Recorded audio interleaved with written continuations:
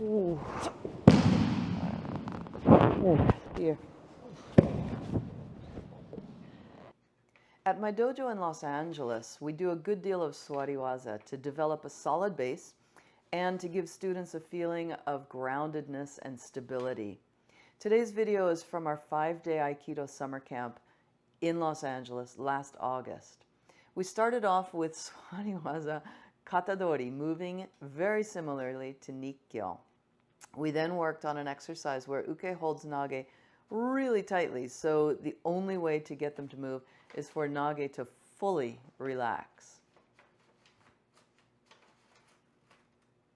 This helps nage open even more through the chest and stay fluid and loose, which stretches uke out more, thereby destabilizing uke more. I also spent a little bit of time working on atemi with the participants, getting them to give a more straight and direct atemi rather than a sideways kind of diagonal helicopter propeller type of ukemi that we often see. I hope today's video will give you some insight, inspiration, and motivation to help you make the most of your training and take your Aikido to the next level. Let's check it out.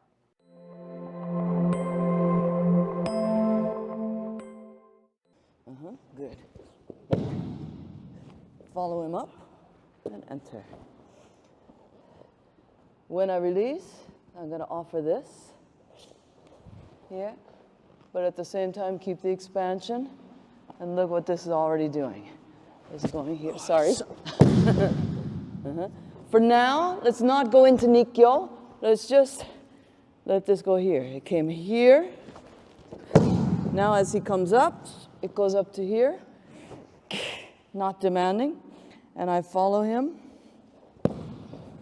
Then offer. Come up with him. This knee.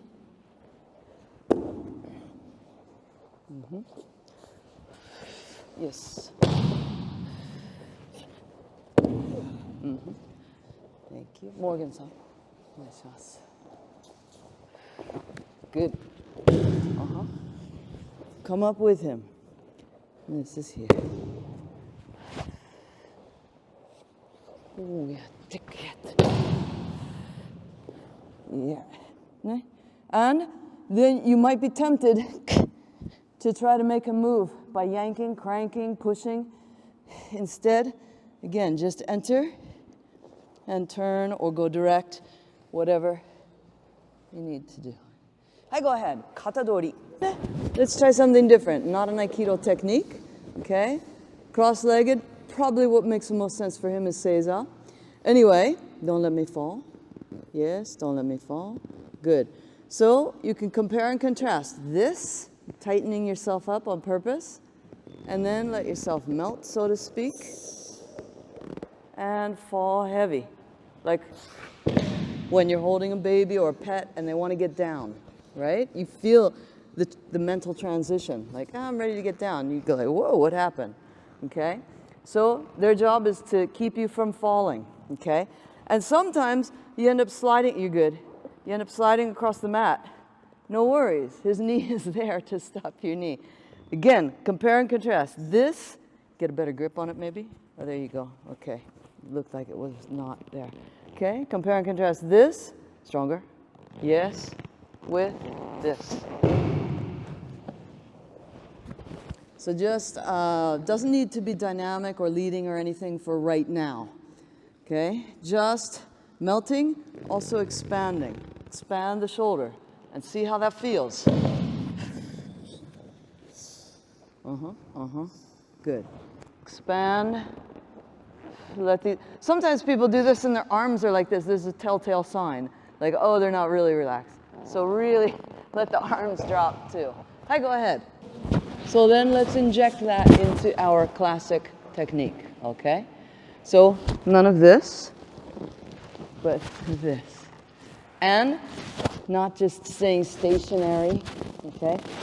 Put your center, lower your center within yourself and expand. So look at that. This doesn't even need to push down very much at all if you can do all this. So when he's coming in, we stretch up here. Then this turns to be palm up. Palm down encourages you to push. Palm up puts you in a different frame of mind. So here, here. Then you can release him when you're ready. When you release, this just from palm up, cuts, and then it ends up palm down. And if you want to do the pin, fine. Ooh, here. Hey, we'll get back to the video in just a moment, but I just wanted to give you a gift for joining me today. I want to give you a free resource, my body alignment checklist called The 3 Lines of Equilibrium in Budo. It's a simple PDF guide. The checklist will help you begin to identify and eliminate any ineffective or harmful patterns of movement so that you can preserve your body and improve your technique and continue training for years to come. You can download it at leah-suzuki.com/body alignment checklist with hyphens, or just click on the link in the description below. I hope you enjoy the gift, and I hope you take action on it. Now let's get back to the video. Oh. Yeah. Thank you. Sorry. And sometimes they don't get it, so then you can put your shoulder in their palm. Okay? If they lose the grip. It happens quite often. No problem. Yeah. Yeah.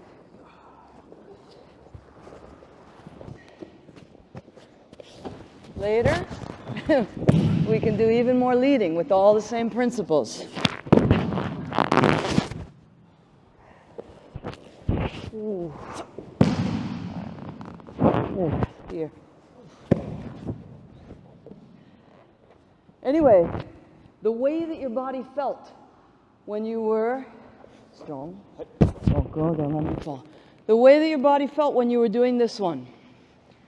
See if you can recreate that, even though we're coming back into the classics now. This feeling, strong, again, still. Yeah. Still. You what? That feeling, now injected into that. Sorry. Okay. Hi, go ahead. Then let's also take a look at atemi. So just like we just talked about this morning, with imagine you had long fingers that could drag along the tatami. Okay. So that's not just imagining, but actually trying to make your body parts do what you're envisioning. So one way you could do it is to almost drop the shoulder out of the socket. So don't just stretch the arm itself, but like, okay, if I stretch this too, it gets longer, right? So anyway, so extend anyway from here, and then go straight up. And the hand is like this, not this. This is very different for, he's like, oh, are you crazy? Right? So this. And another thing that's very different for him is, right? Strong, honest. Yeah. Oop. So this is just like swatting flies on my way to do stuff to him. So this is training with him. This is communication. Yeah? And then you have to judge the person. Some people have done striking arts. You bam, they're like, I'm fine, you know. But other people, they'll also block. Other people, you'll lose them here, depending on the length of their arm and also their awareness and sensitivity to getting hit. So you have to judge all that. But anyway, let it come right up their center to this target here, this and this. Then, from here to here. Especially once you get moving, it's really easy to kind of take a diagonal, which I'll show you in a moment. Now it's exciting, and you're like, what? You went, but there were a lot of other things going on. This didn't do anything because it was like this wild thing, this wild trajectory. So Yeah. Look at the difference. That's nothing. And I'm exaggerating it, of course. A lot of you aren't doing this. But some of you are still kind of going like this. Don't be afraid. Everybody on the mat right now is, your ukemi is good enough that you can handle this. Okay? And if I make the mistake of going too much, he's going to let go anyway. Yeah? I'll go for it. So let go if you need to. Yeah. Who's going to hang on to that and just block with their face? Right? So then you know, okay, I have to do a little less next time. Less extension. But anyway, do your partner the honor of going straight up the center. And in here, grat. And sometimes we have different styles.